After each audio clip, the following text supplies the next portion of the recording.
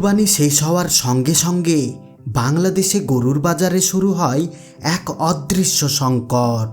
লক্ষ লক্ষ গরু কোরবানি হয়ে যাওয়ার পর দেশের বিভিন্ন হাট যেন একেবারে ফাঁকা হয়ে যায়। অথচ মানুষ কি গরুর মাংস খাওয়া বন্ধ করে দেয়?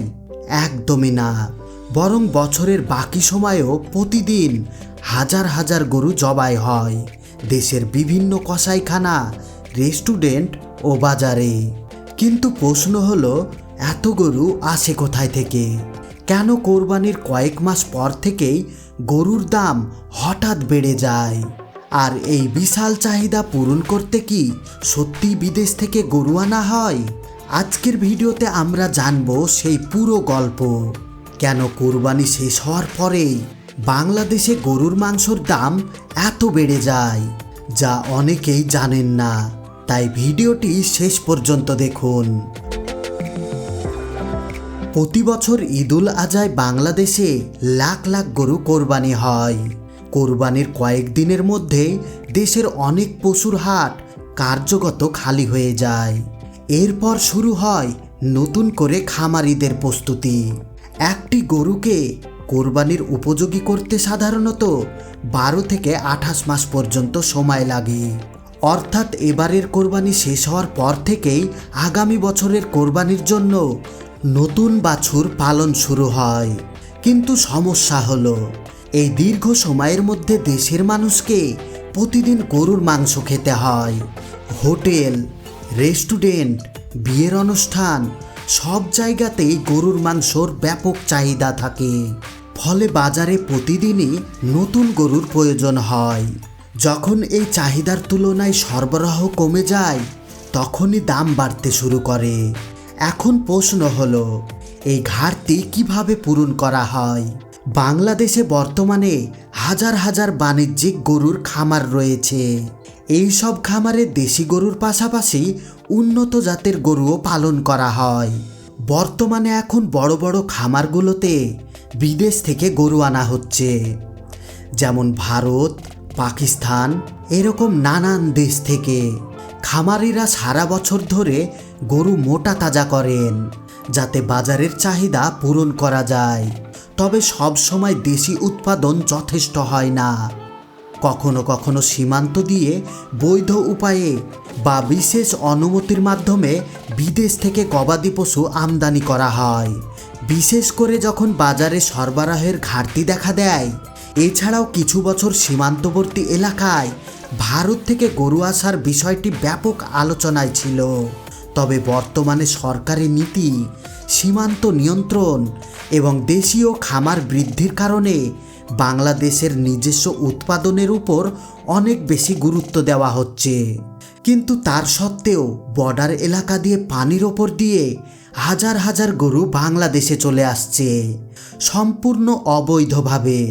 অনেক ব্যবসায়ীরা পয়সার লোভে নিজের জীবনকে বাজি রেখে এই ধরনের কাজ করে থাকে। এইভাবে আরেক দেশ থেকে অবৈধভাবে গরু লুকিয়ে আনার কারণে অনেকজনের জীবন পর্যন্ত চলে গিয়েছে। অর্থাৎ এখন দেশের চাহিদার বড় অংশই দেশের খামার থেকেই পূরণ করার চেষ্টা করা হচ্ছে। কিন্তু গরুর দাম এত বাড়ে কেন? এর পেছনে রয়েছে একাধিক কারণ।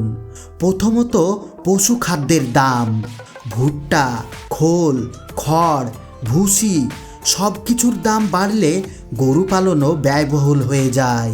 দ্বিতীয়ত, পরিবহন খরচ। দেশের এক প্রান্ত থেকে অন্য প্রান্তে গরু নিয়ে যেতে ট্রাক ভাড়া, জ্বালানি খরচ এবং অন্যান্য ব্যয় যোগ হয়।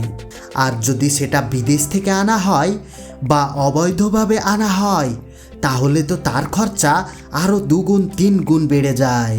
তৃতীয়ত, বাজারের চাহিদা বেশি থাকলে ব্যবসায়ীরাও তুলনামূলক বেশি দাম চান। আর যদি কোনো সময় রোগবালাই, বন্যা বা প্রাকৃতিক দুর্যোগের কারণে গরুর সংখ্যা কমে যায়, তাহলে দাম আরও দ্রুত বেড়ে যেতে পারে।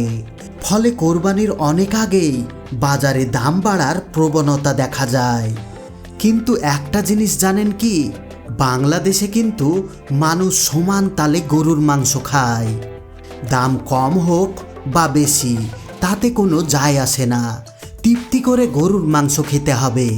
আর এই চাহিদা পূরণ করার জন্যই শুধু বাংলাদেশের গরু মানুষের চাহিদা মেটাতে পারে না, যার কারণে বিদেশ থেকে অনেক খরচা করে গরু নিয়ে আসা হয়।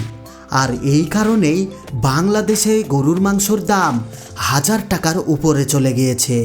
কোথাও 800 টাকা, কোথাও 900 টাকা, কোথাও 1000 টাকা, কোথাও 1200 টাকা। এমনকি এমন গরুও আছে যেগুলো কেজিতে 1500 টাকা কেজি পর্যন্ত বিক্রি হয়। পৃথিবীতে অনেক দেশ আছে যেখানে গরুর মাংসের দাম একদমই কম, সবজির থেকে গরুর মাংসের দাম অনেক কম। আপনি বিশ্বাস করেন বা না করেন, কিন্তু এটাই সত্য। বাংলাদেশ চাইছে সেই সব দেশগুলো থেকে প্যাকেটজাত মাংস বাংলাদেশে নিয়ে আসা।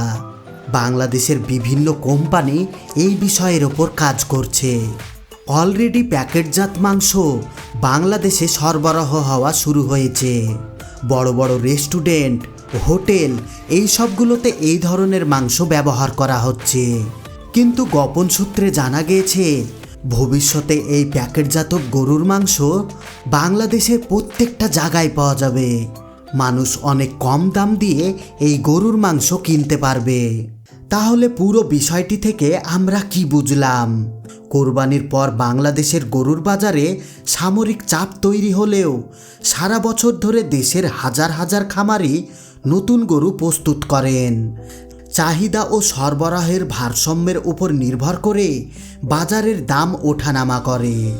কিছু পরিস্থিতিতে বিদেশ থেকে গবাদি পশু আমদানিও হতে পারে, তবে বর্তমানে দেশীয় উপাদান বাড়ানোর দিকে সবচেয়ে বেশি গুরুত্ব দেওয়া হচ্ছে।